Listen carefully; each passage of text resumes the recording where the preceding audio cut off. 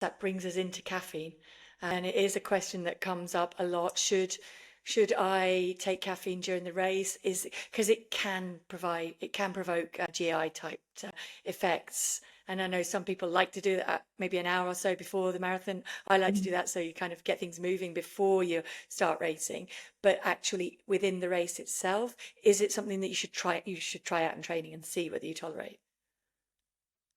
Please try it in training before you do anything on race day. I cannot emphasize this enough. Even if like you feel like you're flagging towards the end and someone offers you one, like it's never a good time to try something new on race day. So if you're thinking about that, then check yourself beforehand.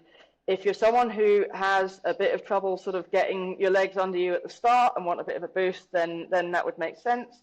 I also have heard about people who, when they're flagging towards the end, will save their caffeine gel for the last hour or so to try and get them through the last little bit.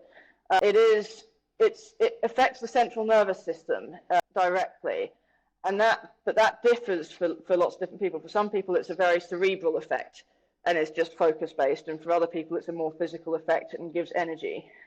So without having tested it, you don't really know what that's going to do to you, and if it's going to be of any help at all. Like if I were to use caffeine in any circumstances, all that happens is that I break a cold sweat and get palpitations.